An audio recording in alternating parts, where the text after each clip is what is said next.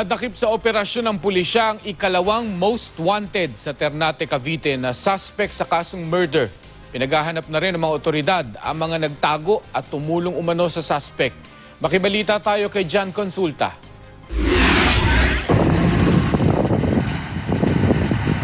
Nang makumpirmang nasa area ang target ng operasyon, sumalakay na ang mga operatiba ng Ternate Cavite Police.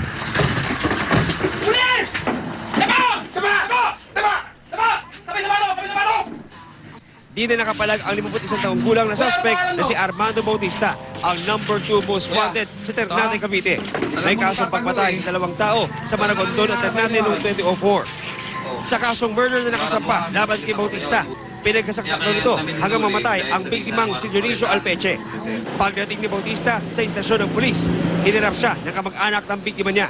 Umamin si Bautista at humingi ng tawad sa pamilya. Bakit pinatay mo ang anak ko?